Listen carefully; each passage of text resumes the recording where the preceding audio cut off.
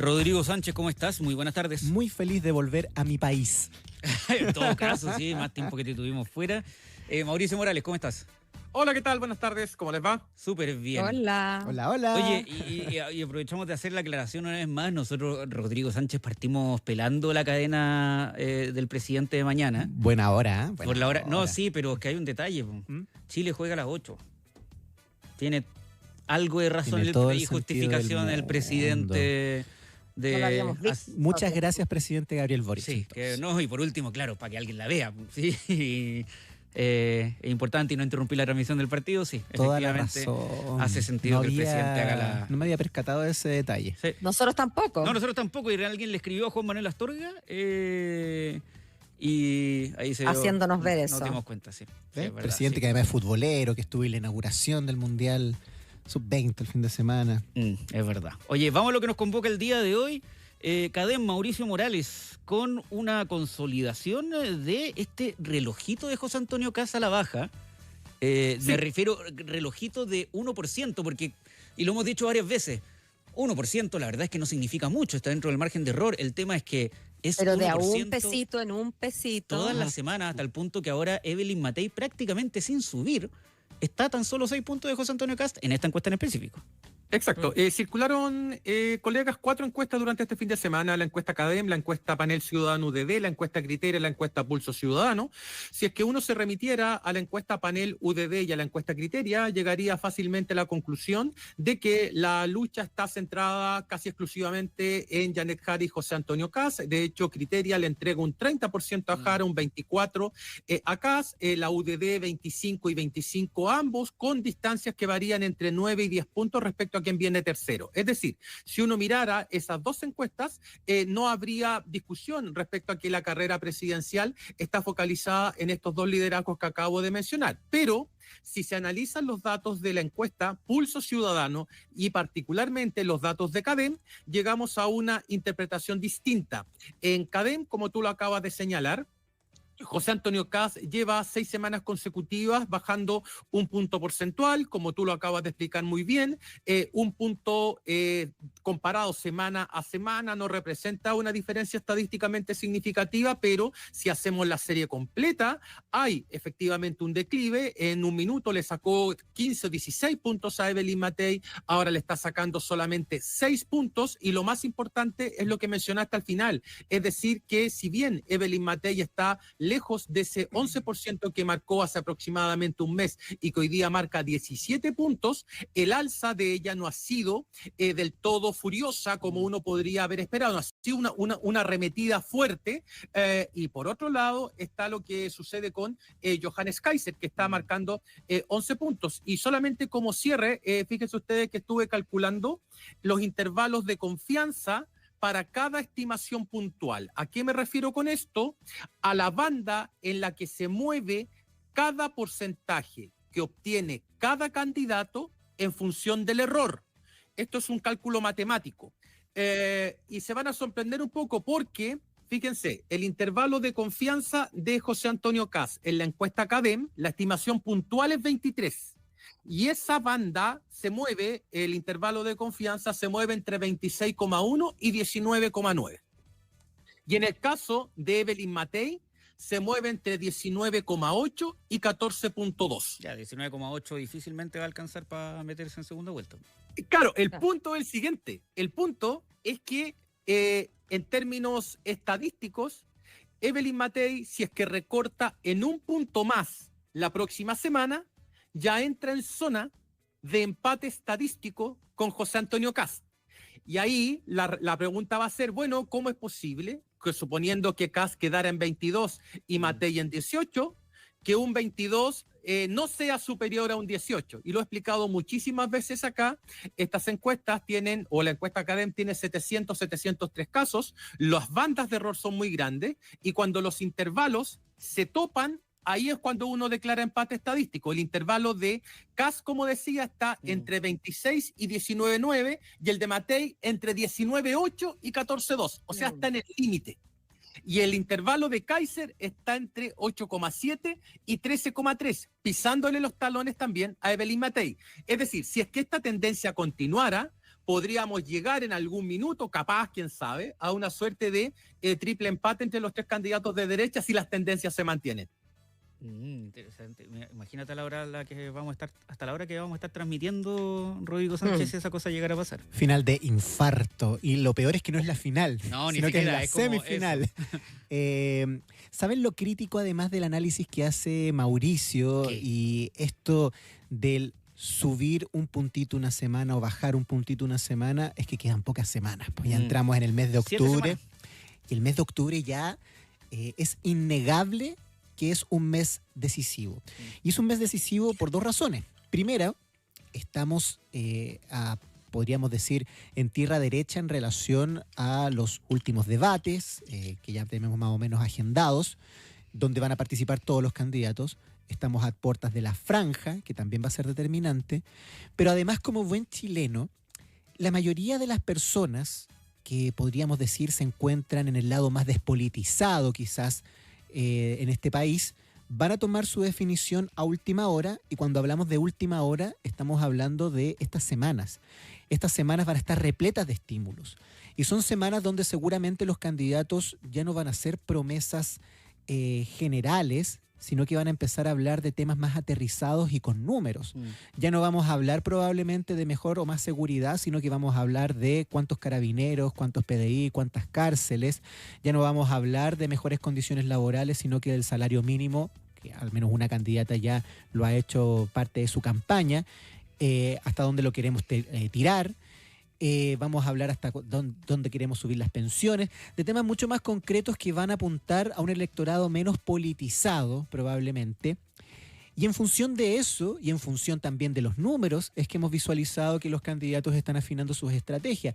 Hoy día, por ejemplo, y este es un ejemplo quizás muy pequeño, en relación a esta pelea de titanes de los primeros 3 lugares, vimos a Johannes Kaiser atacar a Franco Parisi.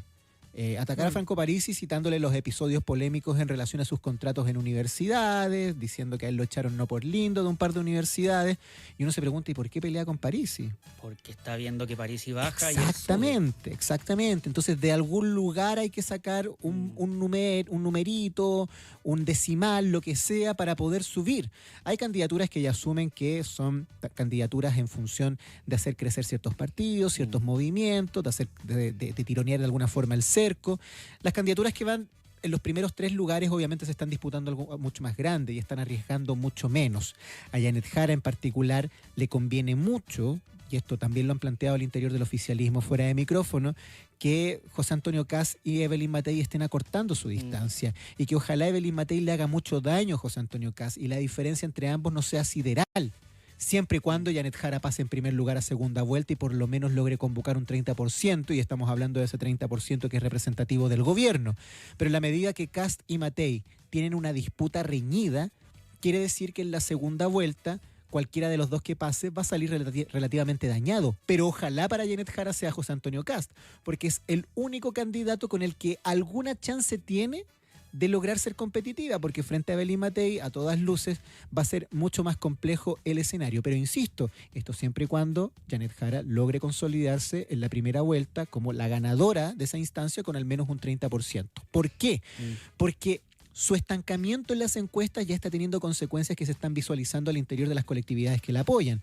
El ADC obviamente tiene toda la apertura para criticar a Janet Jara y distanciarse un poco de su candidatura, considerando que no ha despegado las últimas semanas y que está estancada. No ha bajado radicalmente, no hay una gran variación en los números, pero evidentemente se está asumiendo que ella va a perder la elección en segunda vuelta, y eso le da apertura a esta fuerza, sobre todo pensando en que la DC se sumó al final en esto, para criticarla en relación a la tardanza en la entrega de su programa. Por otra parte, el Partido Comunista, bien sabemos que hay una disputa interna al interior del PC, representada por las dos almas que tiene, y esta disputa generacional.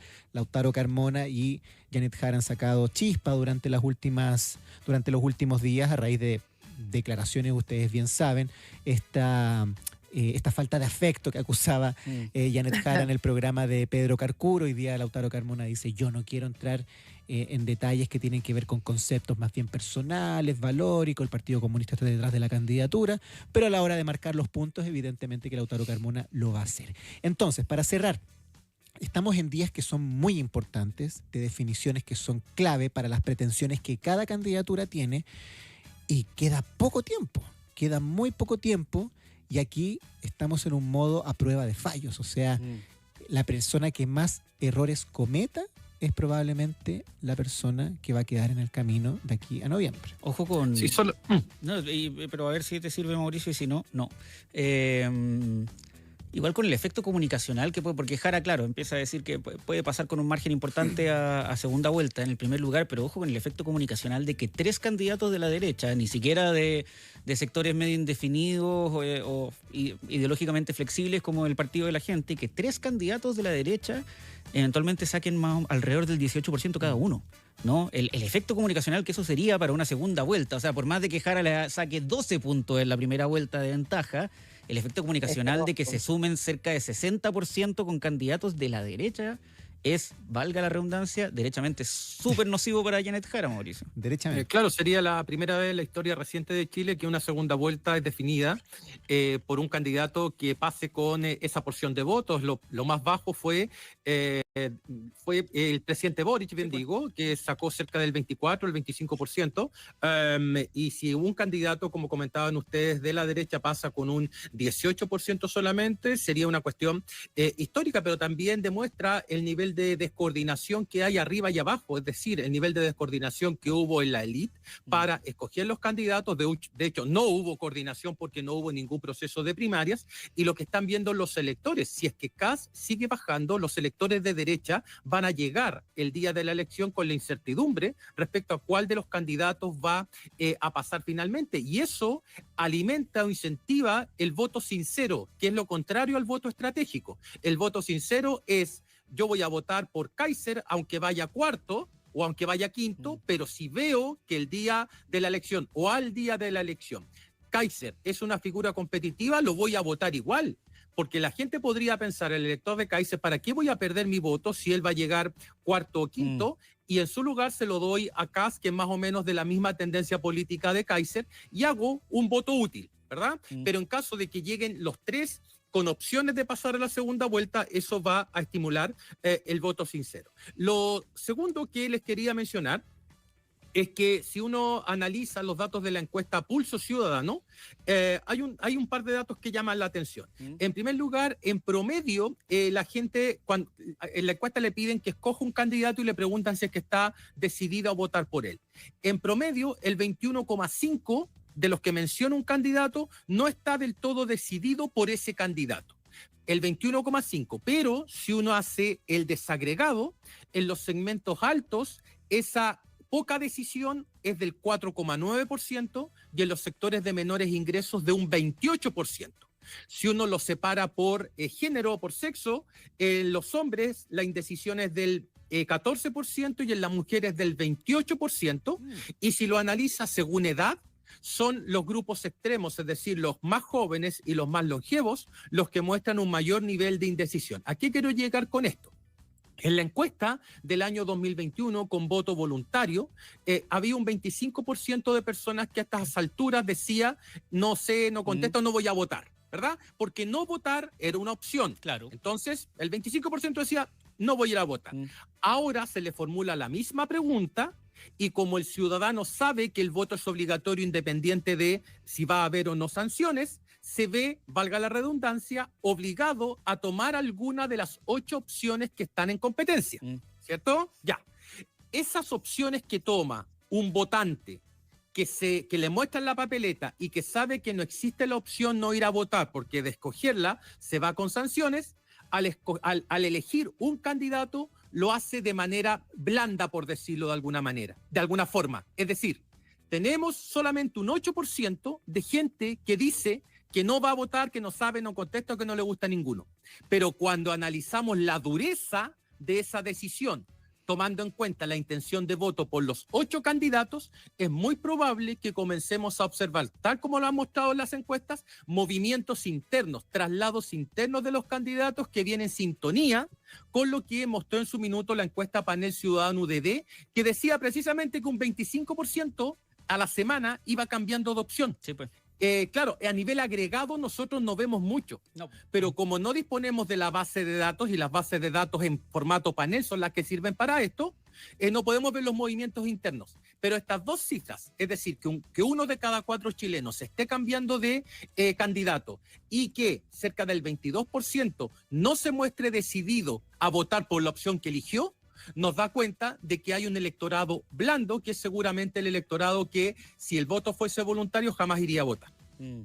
Rodrigo, antes de terminar, una mención a que hay cónclave oficialista en Cerro Castillo esta noche, justamente a propósito del tema presupuesto. Mañana vamos a tener que esperar hasta las 22 horas para tener el mensaje del presidente en torno a esta iniciativa de presupuestos del año 2026, que va a ser una discusión difícil, entendiendo que es el último de este gobierno y que va a estar marcado por la elección presidencial. Y que va a estar marcado por una antesala compleja, considerando que se han condicionado los votos para este presupuesto en función de ciertas revelaciones que el gobierno no está disponible, al menos, demostrar en el sentido del juego en el que se instala Chile Vamos, o al menos la candidatura de Belén Matei, que tiene que ver con revelar cuál es la deuda fiscal puntualmente que tiene el gobierno en determinados sectores como vivienda, salud, obras públicas, etcétera. Se ha insistido en varias oportunidades que los datos que están dando vuelta, por ejemplo, esta deuda de $1.000 millones en materia de la emergencia habitacional no es tal, no se ha transparentado el detalle en relación a si hay deuda o no.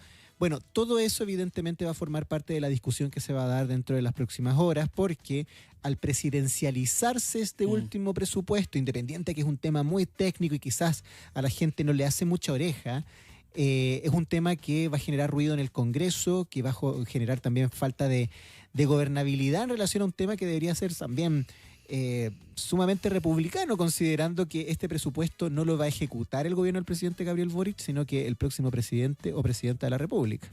Vamos a estar atentos mañana a eso, cuando finalmente sea el día del ingreso del presupuesto 2026 al Congreso. Mauricio Morales, que tengas buena tarde, te vemos en Mega Noticias Prime.